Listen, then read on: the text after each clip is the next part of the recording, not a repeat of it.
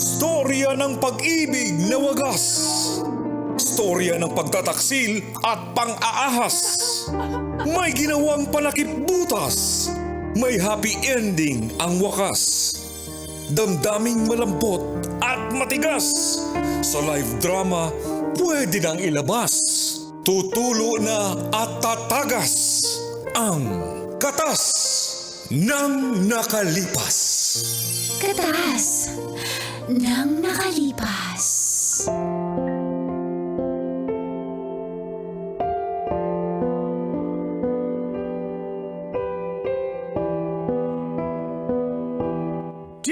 Dear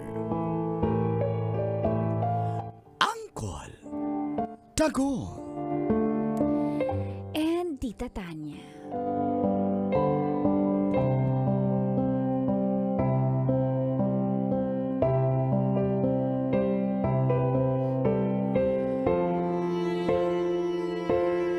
iniwan kami para sa kanyang pangarap.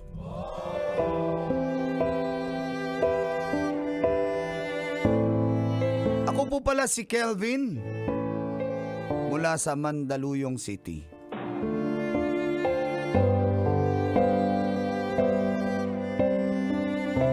Isa po akong ahente ng mga lubricants at mga langis na pangsasakyan. Yan.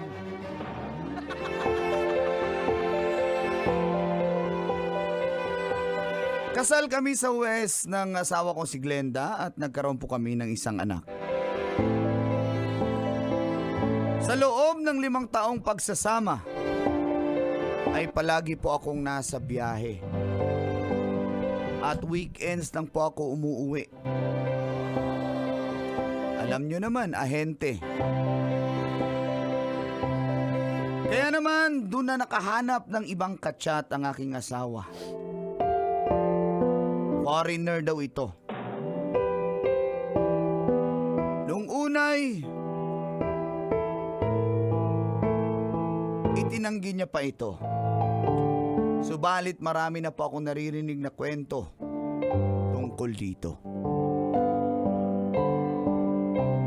Mismong aking mga katrabaho ang nagsabi na napakatanga ko. At ganito po ang katas ng aking nakalipas.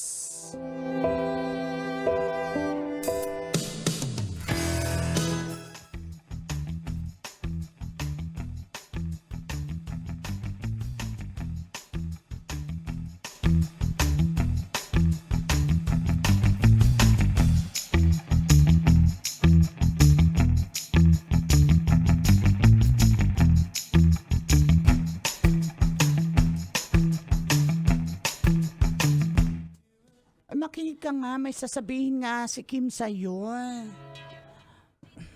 Pag ano ba chismis kasi ako yun? magsasabi. Siyempre, ikaw yung... Sa bagay, ako yung reliable source. Kasi tomboy ka, maritos ka. Ikaw maritos. Ako reliable source. Ayan na naman kayo. Ano Eto na naman kasi nga. yung chismis Makinig na ka, yan? boss Kelvin. Kelvin pa naman pangalan mo pero patanga-tanga ka. Ganda ng pinangalan sa'yo ng nanay tatay mo, hindi ka banaya. Ha? Ba't tanga ka? Hoy, Kim! Ayos mo akong salita. Hindi, patanga-tanga. Ayoko ng patanga-tanga. May patanga-tanga sa pamilyang to. Tumigil ka nga. Ano ba naman nangyari? Tapos na ba yung binaano ni boss? Tapos Huwag na ba? mong ibahin usapan. Makinig ka, alam kung alam mo. Alam. Ano bang nangyayari? Kelvin. Ayan, kakakape mo kasi yan, Kim. Tinigilan ko na nga eh. Sabi kasi ng psychologist ko, yung nag-consult ako sa Eva, teleconsult, sabi tigilan ko na magkape kasi nervyosa na ako. Kala ko nga kukunin ako ng Panginoon, buti hindi pa. Mauna ka daw, Trixie. Ganon! Teka, Eto na nga, marami Kelvin. pa akong gagawin. Kelvin! Kanina ko pa sabi makinig ka, hindi ka nakikinig! Wala ka namang sinasabi kasi! Pagod! Galing biyahe pa yung tao! Pwede wag ka magsalita kasi salita ka ng salita. Dapat ako muna. Teka. Ano ba kasi yun? Ito na nga. Kim, ano yun? Ano yun? Chismis. Tungkol na naman sa asawa ko. Oo. Oh. Hindi na to chismis Ano kasi... na naman, tungkol kay Glenda, ano na naman? Kasi, boss, nilagyan ko ng tracker yung cellphone ng misis mo. At bakit mo naman ginawa yun? Pakilamero ka eh. Pero ito ang good news, wala siyang pinuntahan. Sa bahay nyo lang siya. Oh, number one good. Ito bad news, boss Kelvin. Alam mo Ano yung nga? Canada? Alam mo yun? Baka Oo, kasi di mo, alam ko yun. baka hindi mo alam eh. Alam mo Ikaw, yung, alam mo yung Canada. anong tawag sa mga nakatira sa Canada, boss Kelvin? Ha? Canadian, siyempre. Ang galing mo, Mars Trixie, ang galing na. Teka lang, Kim, ano ba to? Short quiz? Ano to? Oral recitation?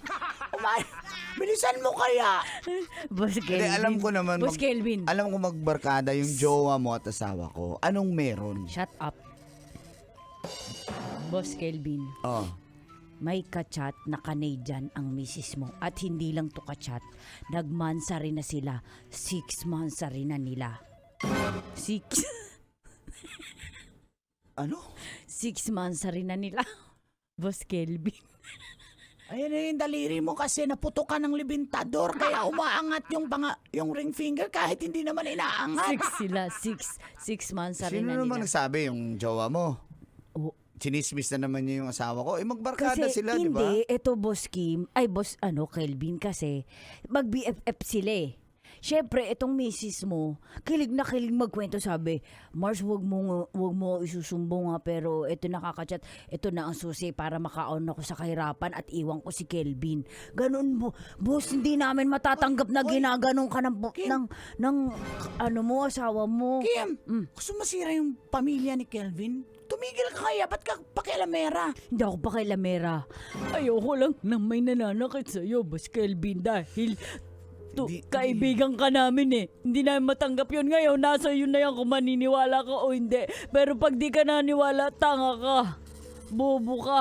Itatakwil ka na namin. Pag di ka naniwala, friendship over. Hoy, hindi kita iiwan, Kelvin. Ikaw talaga. Ganyan ka, Kim. Kawawa na ngayong tao. Palibasa, nakakautang ka nang hindi nakakabayad dyan eh. Kaya ganyan ka. Siyempre. Kelvin, sa katapusan na lang, ha? Eh, magandang mikit. Di ba sabi ko sa'yo, Bagong pag di ligo ka na ako. naliligo, Bagong ligo na. bagong ligo na yan. Oo. Diyos ko naman, ano pa pag di 3 beses naligo? na nga ako naligo eh. Pabalik-balik. Kapit na yung amoy dyan sa katawan mo. Kaya minsan ayoko kitang kausap eh. Bangon Paayos mo na nga yung mga ngipin mo. Puro sira yung bagang mo. Baho ng hininga mo. Eh kung ipabunot ko to, wala na akong bagang. Sige na, Oh, ano pakista. gusto mo? Mabaho hininga, may ngipin pero mabaho hininga? O may hininga? Ba't parang lutang ka? Ano nangyayari sa'yo? Ha? Sige na nga, di ka na. Stop. Pagpigyan mo na ako. Halos mga 2 months sa tayo mo lang ganito. Alam mo naman, weekly lang ako umuwi. Dahil galing akong biyahe. Wala akong pakialam kahit di tayo magganito. Ay, pwede mo tumigil ka. Makinig ka muna, Kelvin. Makinig ka. Ano ba nangyayari sa'yo? Ha? Ayoko Sa nga totoo eh. ang chismis. Ha? Chismis sinasabi mo dyan. Tapos sa akin mo, ibabato yung sisi. Totoo ang Andino ka na naman nakikinig sa mga kapitbahay natin. Kay Trixie. Kay Kim. Siyempre, ayaw nun sa akin kasi kaibigan mo yun eh. Pero kaibigan, Palapaniwala ka eh. kaibigan mo yung jowa ni Kim. O siya lang. Hindi kami masyado nag-uusap nun. Talaga. Palautang yun eh. Yung nagbabayad, kaya siguro sinisiraan ako sa'yo. Sabihin mo na lang kasi yung totoo. Ano ba sinabi kasi sa'yo?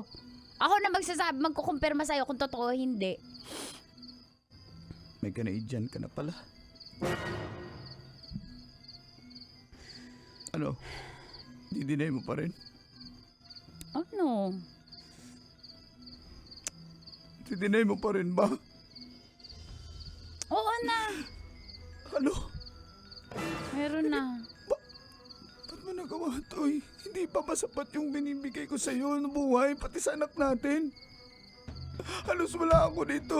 Weekends lang ako umuwi dahil nagbabiyahe ako para magtrabaho. kita niloloko. Uy, kasalanan ko! Yun nga yung dahilan eh! Weekly ka kasi umuuwi! Ano, may asawa pa ba ako? Nasa biyahe Hindi na ako! kita nararamdaman! Hindi kung... Yan lang ba yung alam mong trabaho? Wala bang iba? Glenda, kahit papano, namumuhay tayo ng maayos dahil sa trabaho ko Maayos na bilang nga ahente. mukha, oh! Dahil sa pagkamiss ko sa'yo, pagkaulila ko sa'yo naming mag-ina, naghanap na lang ako kasi di naman kita nakakausap. Tao, di babae lang ako, nangangailangan din ako. Oo, pero weekly naman ako umuwi ah. Weekly? Pag-holiday, andito naman ako kahit malayo umuwi ako pag-holiday. Weekly, ibig sabihin 4 na beses lang isang buwan. Glenda, Kulang na kulang yon. Di ka man lang makagawa ng diskarte, maghanap ng bagong trabaho, yung kasama namin ikaw lagi ng anak mo. Tapos sa akin mo isisisi pag nanlalaki ako. Ikaw may kasalanan! Jinjin.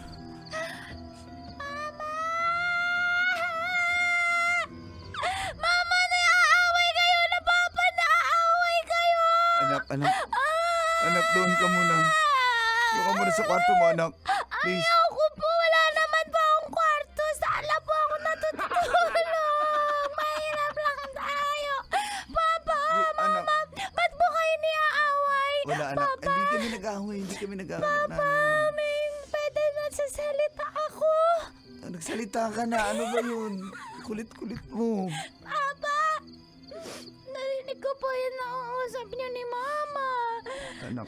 Papa, may boyfriend na po kasi si Mama na ibang na parang hindi taga dito sa Philippines. Parang maputi po. Lagi po silang nabibidyo call. Sabi po ni Mama, yummy hotdog may tome. Tignan mo. Pati bata. Pinapakita mo yung ginagawa mo sa anak mo. Anong klaseng ina ka? Jin, balik ka na doon sa pagtulog. Sorry, Kelvin. Sana mo na. Doon ka na, Jinjin. Grabe ka. Sorry, O ngayon? Kelvin. Paano yung anak natin? Kelvin, kung pwede, hayaan mo muna ako sa mga pangarap ko. Gusto ko lang talaga magpakaon sa kahirapan. Di ko kasi ito naranasan nung dalaga ako eh. Iiwan ko sa'yo si Jinjin kasi next week kukunin na ako nung Canadian eh, ni Tommy. Kukunin niya na ako. Ayaw mo na talaga. Hindi mo na talaga ako mahal. Hindi na kita wala na ako nararamdaman sa'yo. Hindi na ako masaya. Ikaw na bahala sa anak natin kay Jinjin. Promise. Promise. Babalikan ko siya kapag malaki na siya. Patawarin mo ako, Kelvin. Sana mapatawarin mo ako. Mahal ko si Jinjin. Huwag mo siyang papabayaan. Pero Kelvin, pasensya ka na. Ganito nagawa ko. Umabot pa sa ganito. Hindi ko to kasalanan. Naramdaman ko lang to eh. Sorry, Kelvin. Sorry. I'm gonna live my life.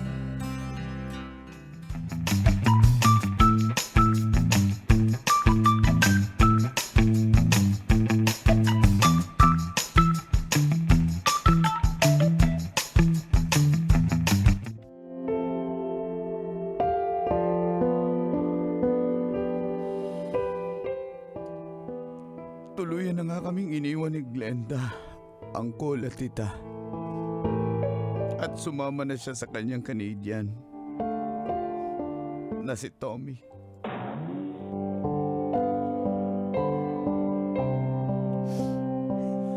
Kitang-kita ko pa yung mga videos niya, pinapost niya. Yummy hotdog, may tome.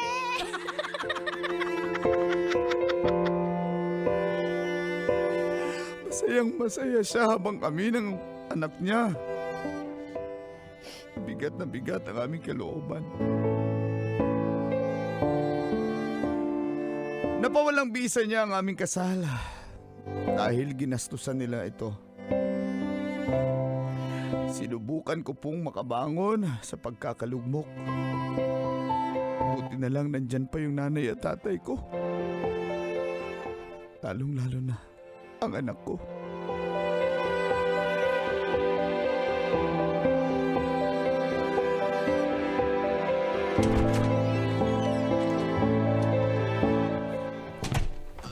Kilben! Diyos ko, Kilben! Ay! Bakit lasing ka na naman, Kilben? Ay! Ay!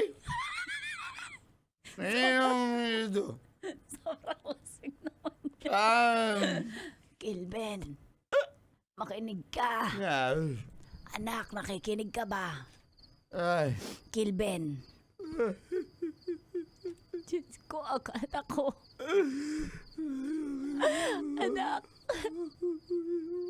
Ginawa sa amin, nanay. Wala naman akong ginawang masama sa kanya, ay. Oo, anak, wala ka talagang ginawang masama.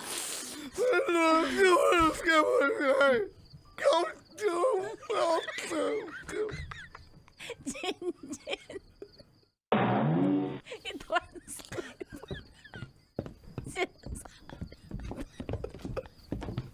Ano bang nangyayari dito? Kanor, Uwi na pala tong magaling mong anak. i-translate mo naman yung sinasabi Uy, ni Kilben, Kilben. ano nang nangyari sa buhay mo? Hindi ko maintindihan eh. Puro ka na lang inom, puro inom. Ano? Ano sa tingin mo? Ha?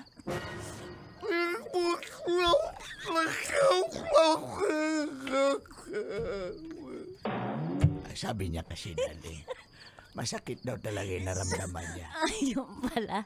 Yun ang sinabi niya. Diyos ko, sinukahan pa ako. Ano daw yun? Naiiyak na ako, hindi ko naman naiintindihan. Hindi ko alam bakit hindi ko nawasabi na lang. Kanor, ano daw?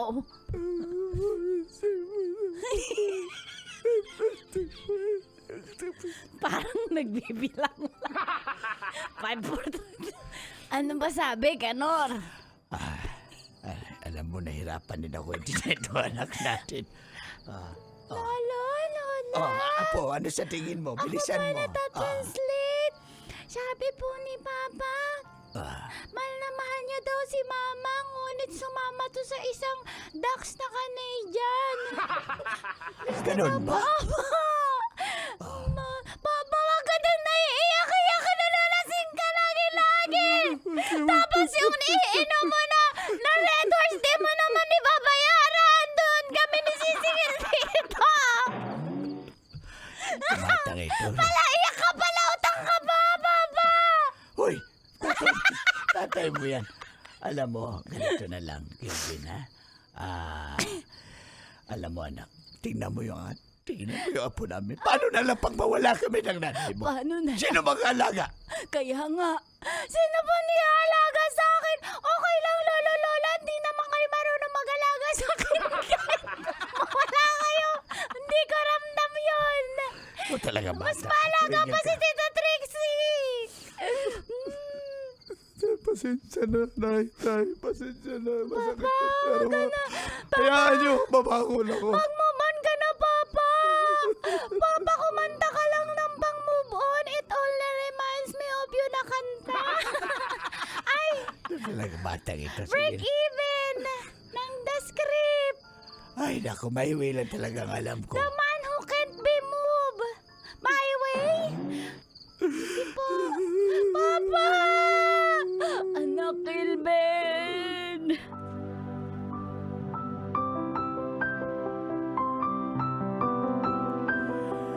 Narealize ko po, Call and Tits, na marami pa pala akong pwedeng gawin sa buhay kahit wala na si Glenda. Basta andyan lang ang anak ko at pamilya ko. Makalipas po ang 5 taon ay nagkita kaming muli ni Glenda dahil gusto niya rin kamustahin ang bata.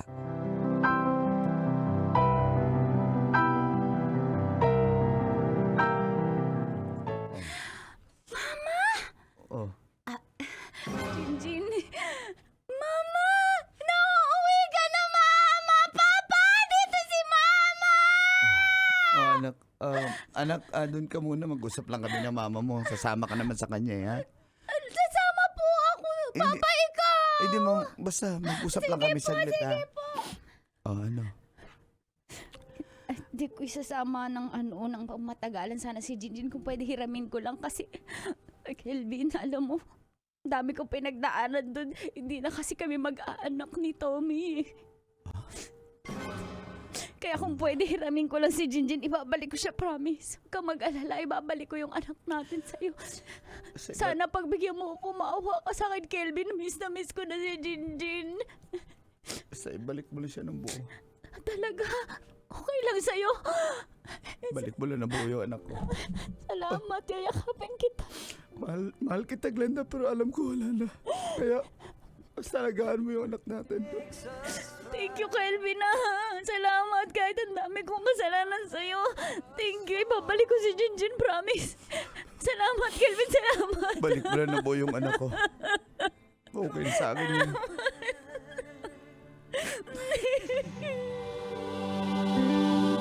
Since you've been gone,